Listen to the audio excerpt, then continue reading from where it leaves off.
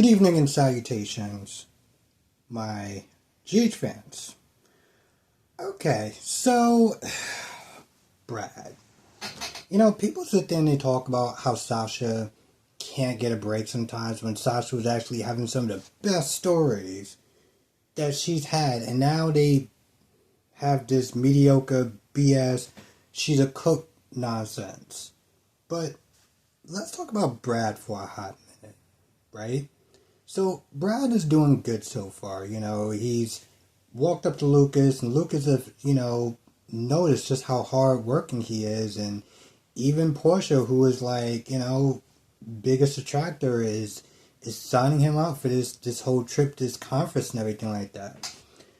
And so everything seems like it's on an upswing. They even sit there talking and kind of flirting a little bit, and then Selena comes in. Right? Now, here's the thing. Selena wants to talk to him. Wants to talk to Brad. And is not taking no for an answer. And even when Portia comes over and Portia's like, yo, listen, you gotta go. And Selena dangles money like, hey, listen, you're not gonna be one of your top donors. And Portia's like, yeah, but there's too many strings that comes attached with you, and hell to the no. You need to go. Now, she did sit there and say something along the lines of, oh, well, Selena's not going to be a problem because of my husband. I'm like, what does that mean? I feel like Selena definitely should have been a whole lot more ruthless when it came towards Curtis. But that's nor here or there. The reason why she's at the hospital is because she wants Brad to work for her again, because the debt towards Cody, that whole money that he lost, well, he didn't pay it up fully, and so that debt is being transferred to Brad, and since Brad is not going to be able to pay that money, he's going to have to work it off. But the thing that's just so stupid is that the last time that we saw Brad work for Selena, this is the card game, right? And he seemed like he couldn't even do that right. So what exactly kind of position is he going to have in Selena's organization? Like, I don't understand that. Oh, well, the bill isn't paid up full. Okay, well, I mean, you're a mob queen, right? So why don't you go to Cody's place and do mob stuff? But the reason... And granted, if this sounds stupid so far, it's because it is. But it leads to something. So Brad, at this point, wants to figure out a way to get out under Selena's thumb, because he wants to sit there and try to get a chance with Lucas. And this is where the old Brad comes in. So Brad has in his hands the test results that Portia fumbled. She fixed or whatever, right? It's like, hey, listen, if you take this, you get complete control over Portia, and I get to sit there and still work at the hospital. So he reversed back the type because he doesn't want to sit there and lose a chance to Lucas again. Because let's be honest, I mean, she didn't really have that much of a choice, but she wasn't there trying to see him in a different light, and they did have like somewhat of a decent rapport. And he just threw all of that away because he wanted to be a selfish dick. So, like, that's how we got to this point. In this convoluted, idiotic, acidine way. Okay, I'm going to sit there and say something that I know people are not going to like. But it's me, and at this point you should be used to me pissing people off. Okay. So, I understand that Felicia has been a legacy character probably longer than I've been born, give or take, right? And I understand that, as Queen Akeisha once said, not everyone can sit there and be front and burner. And I get that. But the stuff that they have her do, they can pretty much just have anybody do, right? They can have anyone do at this point. I feel like her character is just so redundant at this point. it's like, I get that they want to keep her on. I'm like, y'all also got to be sitting there thinking about the budget, right? Because, that's the thing. It's just kind of her time that she just, like, ran her course. I mean, to be honest, I feel like she ran her course, like, years ago, but, I don't know. I'm just finding this cat, like, I didn't really talk about it and bring her up too much, because I'm like, what's the point? Now Alexis has to sit there and tell Drew that Cyrus is the one that killed Sam, right? Here's the thing about Drew.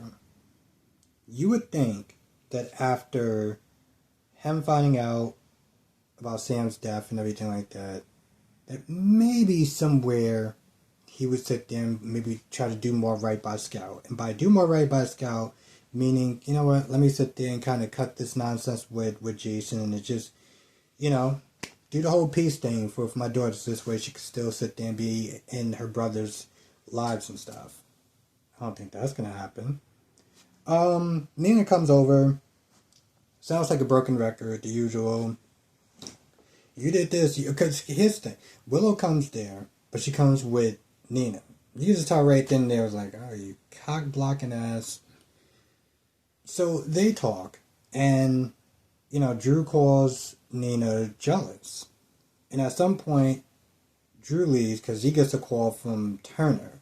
Now, Turner is there because she feels at this point that Anno has fumbled the bag long enough and that he should have been prosecuted and charged with no body. Yeah. And, when he starts questioning her, I want a lawyer. I'm not talking without a lawyer. Why is that lawyer not there? Be God and the creators of this show only knows. I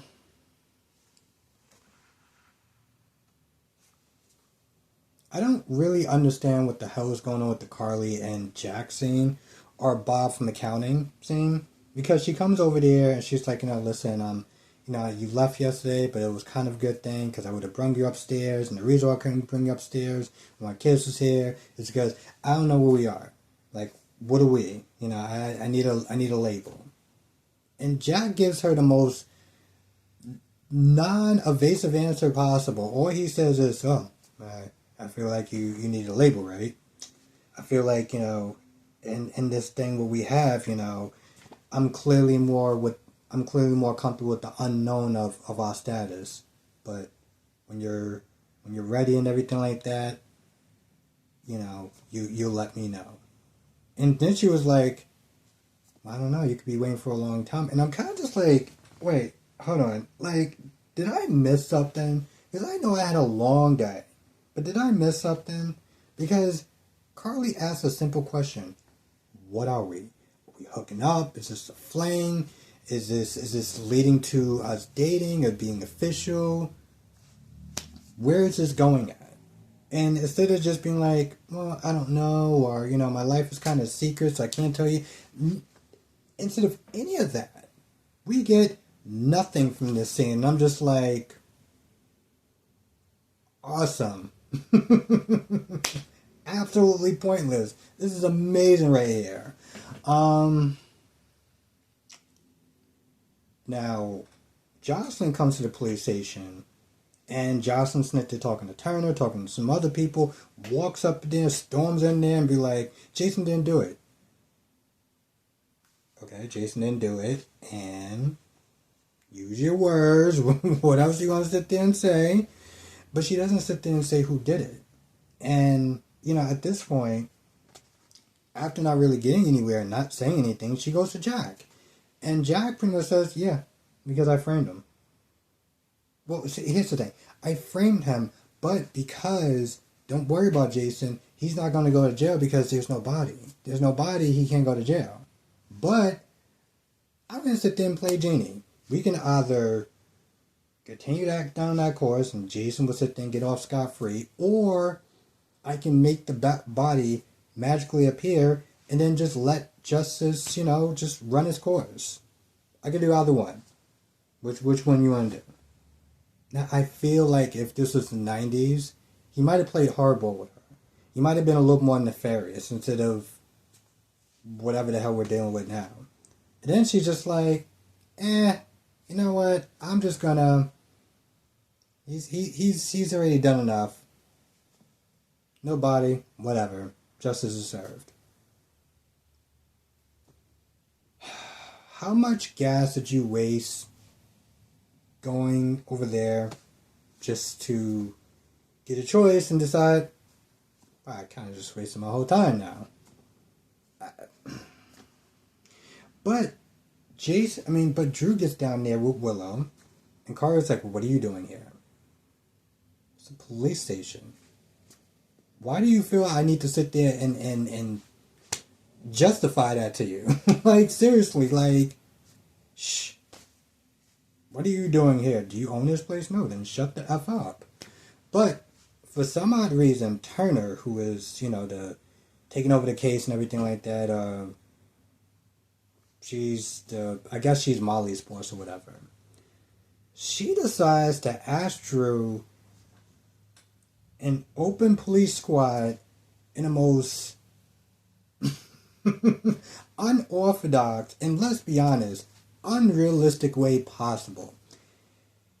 He pretty much, because after Jason told Anna, hey, listen, Drew's my alibi, she decides to ask Drew in front of everybody, hey, was Jason with you between so-and-so and so-and-so when Cyrus was missing or whatever? Like, could you corroborate his story that he was with you? He looks at Jason. And see, I already have an idea what he's going to say. But it leaves off as a cliffhanger. That they brung him out there with Carly because when he sit there and say, I have no idea what the hell he's talking about. He saw me, he didn't see me. What? No. I was having some yogurt and some apple pie and then I went to sleep. The hell is he talking about? After he pretty much lies, Carly's going to go ballistic. And that's why they set up that scene. That's why. That's literally it.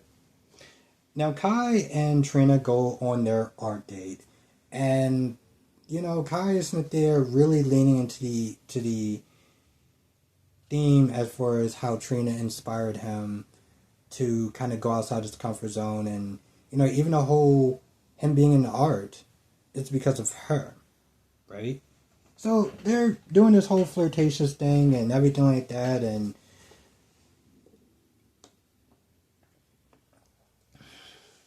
it's not terrible, right? Somebody says something in my comment section. I don't exactly remember who. But this person was like, it's very hard for me to sit there and believe that given his build, that he was a football player. Like, seriously. And I can see that. I mean, don't get me wrong. Basketball player, cool. Football player, I don't know.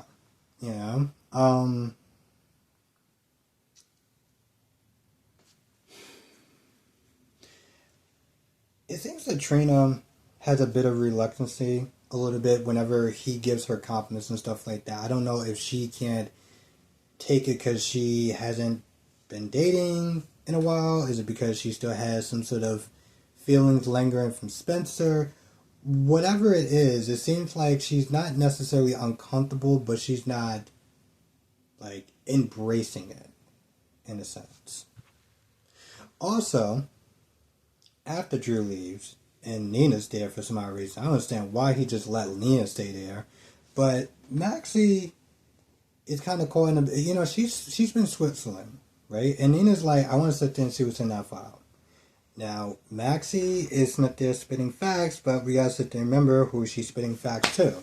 So when Nina starts on her rant about how Drew is the culprit, Drew took advantage of her, blah, blah, blah, blah, blah, Maxie's like, it takes two. So I don't understand why you just sit there just putting all this stuff on Drew. And also, if you don't like it, why don't you sit there and tell the goddamn truth? Tell the truth. This is the second person or the second time or the third time that somebody has sat there and said, Curtis, if you want the problem to go away, tell the truth. Oh, I can't do it because she's relying on me. She's depending on me. Okay, so we're doing this song and dance again. I mean, granted, I was never taking her seriously anyway, and he did sit there and say that he wanted to marry her. He was like, "I want to marry her, and it's gonna happen. You either need to get down with the get down, or you're gonna wind up losing your daughter again." Now, see, that would that should prompt Nina to be like, you know what? Listen, if I gotta be estranged from my daughter for a little bit just to piss you off, I'll tell the goddamn truth right now. But we know that she won't do that. This is pretty much where we are. Also, and I forgot, because they got about like 5,000 goddamn characters on this episode. I think like, what happens when you're doing 5 soap operas. You know, I feel bad for Alexis, because Alexis told Drew this. Had to sit there and tell Lucas about Sam's death. And I feel like every time that she does that, it's like she's literally taking off a band-aid off of a wound to sit there and share that. And, I mean, you know, as you know, if you're a parent, that is losing a child is just the worst thing you can sit there and go through. It's, well, I can't compare that. I was going to try to compare the whole Doug and Julie thing, but I can't really do that. But the point is just like, she has to keep Cynthia, well, I guess so, because like, on days Julie has to constantly sit there and relive something that happened to her in real life because the two were married. In Alexa's case, every time she has to sit there and tell somebody new about Sam's death, opens up a new one. But anyway, she tells Lucas, and Lucas like, I already know. Now, you know, it's pretty much kind of backtracking new people that are not up to speed, but then Alexa's like, well, why didn't you tell me? Well, actually, before she said that, Lucas is like, listen, we were going to sit there and tell you, but we want to make sure we have proof. And Alexa's like, but you know, I'm her mother, you should have told me. Alexis, he just said that he was going to tell you when he had proof. Anyway, long story short, he's still sitting there blaming himself. And of course, Alexis is like, don't do it because, you know, she wanted you to operate on her. And I don't think that's something that's necessarily going to go away. I don't know if they're supposed to sit there and seek therapy for a little bit before he just kind of go back on board. But that's something he definitely needs because that's not something that's just going to go away overnight, over weeks. It's going to take a while. It's going to take time. And it's going to take an outside perspective to sit there and really help him go through that. Anyway, damn, I feel like that's about it. It's been so crazy for these reviews to be coming out so late. Yeah, as you know, I'm also reviewing The Gates.